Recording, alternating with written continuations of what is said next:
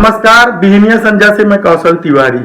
आज एक बहुत बड़ा सवाल खड़ा हो गया है कि क्या देश के प्रधानमंत्री को झूठ बोलना चाहिए, बात बात पर झूठ बोलना चाहिए और अपनी पीठ थपथपाने के चक्कर में क्या इस देश की बेइज्जती करनी चाहिए।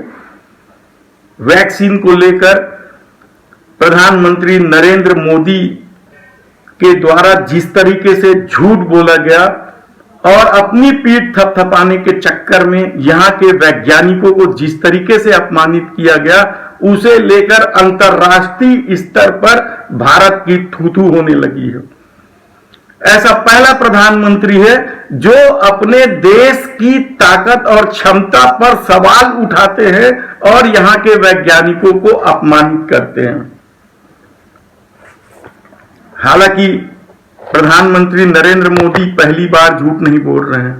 पिछले 50-60 साल का इतिहास देखेंगे तो पता चलेगा कि भारत को विदेशों से वैक्सीन प्राप्त करने में दशकों लग जाते थे। विदेशों में वैक्सीन का काम पूरा हो जाता था, तब भी हमारे देश में वैक्सीनेशन का काम शुरू भी नहीं हो पाता था। पोलियो की वैक्सीन हो, स्मॉल पॉक्स, जहां गांव में हम इसको चेचक कहते हैं, चेचक की वैक्सीन हो, हेपेटाइटिस बी की वैक्सीन हो, इनके लिए देशवासियों ने दशकों तक इंतजार किया था। मोदी जी आज देशवासियों की और देश के वैज्ञानिकों की ओर से एक बात और कहेंगे। आपने देश की आजादी से आज तक वैक्सीन बनाने वाले हर वैज्ञानिक को भी अपमानित कर दिया, क्योंकि कभी भी प्रधानमंत्री जी को पूरी जानकारी होती ही नहीं। प्रधानमंत्री जी, क्या आप जानते हैं कि नेशनल ट्यूबरकुलोसिस कंट्रोल प्रोग्राम 1962 में देश की सरकार ने चला दिया था। National smallpox eradication programme 1962 में चला दिया था।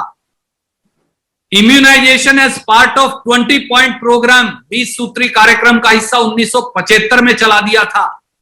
राजीव गांधी जी ने यूनिवर्सल इम्यूनाइजेशन प्रोग्राम, जिसमें डीपीटी का टीका लगता है, 1985 में चला दिया था। और एक बात और जान लें कि ये देश स्मॉल पॉक्स यानी चेचक फ्री 1977 में हो गया था। लेप्रोसी यानी कुष्ठ रोग फ्री 2005 में हो गया था। पोलियो फ्री 2011 में हो गया था। और उसी समय कोलेरा और टीबी पर कंट्रोल पा लिया गया था। सहयोग से मोदी जी, इस सब समय कांग्रेस की सरकारें थी। और यह भी जान लीजिए कि हमने वैक्सीन कब इजाद किया था। आपने तो कहा 60 साल तक वैक्सीन इजाद नहीं हो पाया, हम विदेशों पर निर्भर रह गए। ये भी तथ्यों के विपरीत है।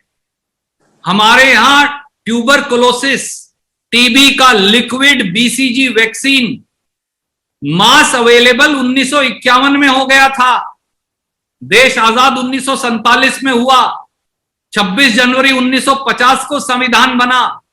हमारी सरकार और वैज्ञानिकों ने 1951 में टीबी का वैक्सीन हर हिंदुस्तानी को अवेलेबल कर दिया था। स्मॉल पॉक्स यानी चेचक का जो वैक्सीन था वो हमारे यहां 1965 में उपलब्ध हो गया था देशवासियों के लिए। पोलियो का ओरल वैक्सीन, मुंह से लिया जाने वाला, 1970 में उपलब्ध हो गया था। मीजल्स का टीका 1980 में उपलब्ध हो गया था। हेपेटाइटिस बी का वैक्सीन 1997 में देशवासियों को उपलब्ध हो गया था। H1N1 नोवल वायरस, जो इसी तरह का वायरस है, उसका वैक्सीन 2009 में उपलब्ध करवा दिया गया था। ओरल कोलेरा का वैक्सीन 2010 में हमारे वैज्ञानिकों ने और सरकार ने उपलब्ध करवा दिया था। और जापानी बुखार का वैक्सीन 2012 में उपलब्ध करवा दिया था। ये 8 वैक्सीन जब उपलब्ध करवाए गए तो इस देश में कांग्रेस पार्टी की सरकार थी। इसलिए चुनी हुई सरकारों और इस देश के वैज्ञानिकों का अपमान करने से पहले और अपने मियां मिट्ठू बनने से पहले कम से कम देश के वैक्सीनेशन की हिस्ट्री पढ़ लेते तो बहुत अच्छा होता।